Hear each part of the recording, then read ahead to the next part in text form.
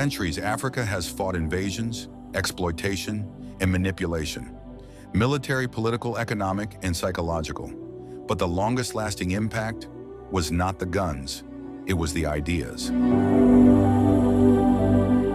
Tonight, we investigate how colonialism and later Western special interests shaped African thinking, identity, and governance, and how a new generation of African patriots is fighting to restore dignity, sovereignty, and economic independence.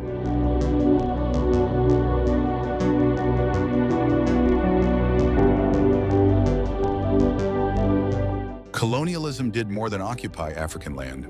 It occupied African minds. These messages were repeated in schools, churches, and media. The goal? To create generations who would doubt themselves and depend on Europe.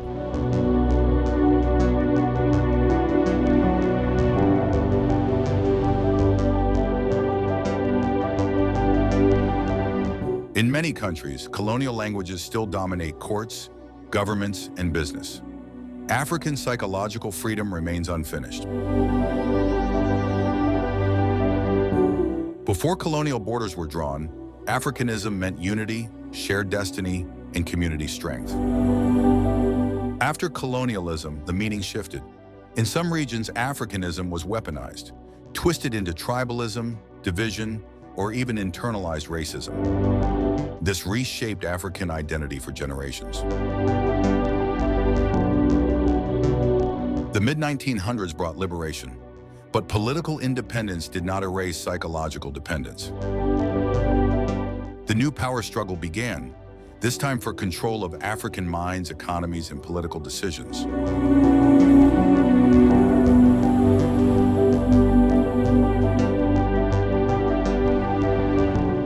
The era of military occupation ended, but economic and psychological influence grew stronger. Control information, and you control perception.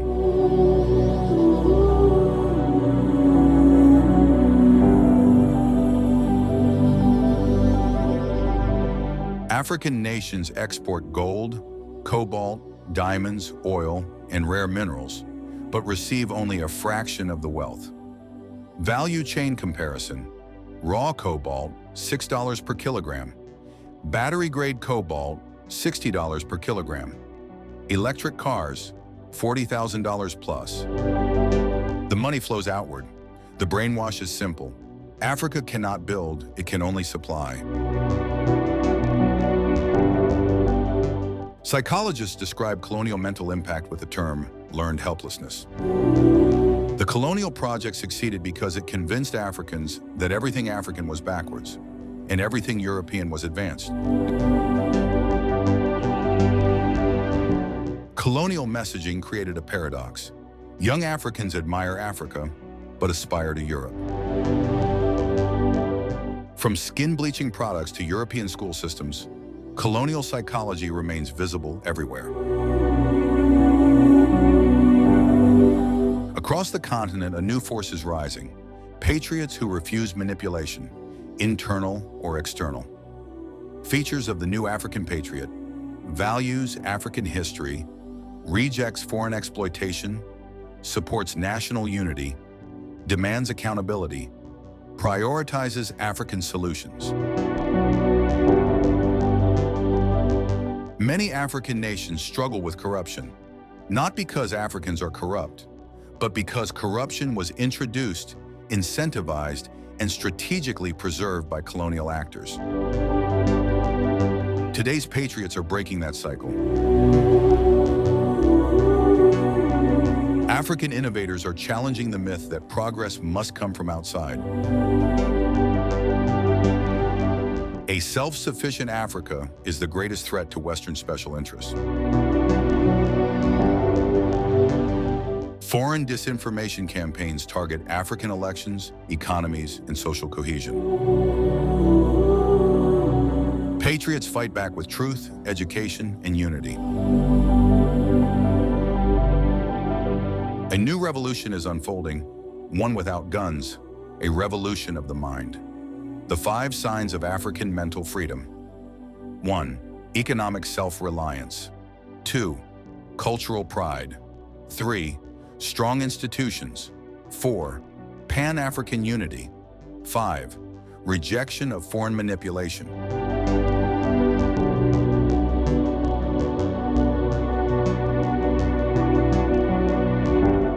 Foreign actors still influence African politics through lobbying, aid conditions, media narratives, and resource contracts.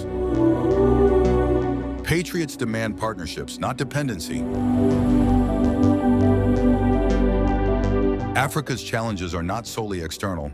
Internal division, tribal politics, and governance gaps slow progress. Mental liberation means accountability across all levels.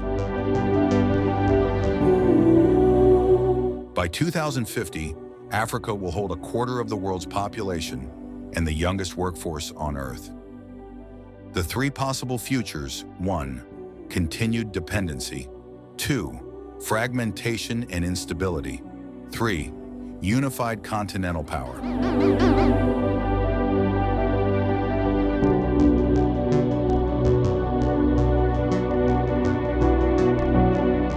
Liberation begins in the mind.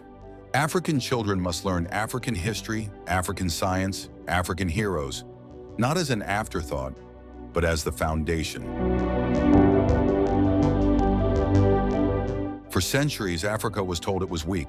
Today, it begins to speak for itself, not with anger, but with certainty, not with revenge, but with vision, not by rejecting the world, but by reclaiming its place in it.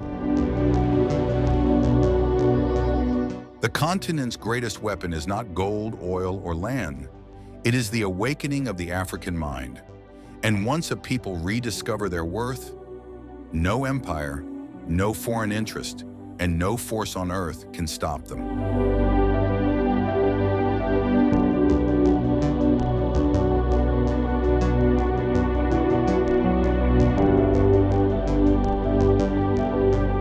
This is the USA New Times.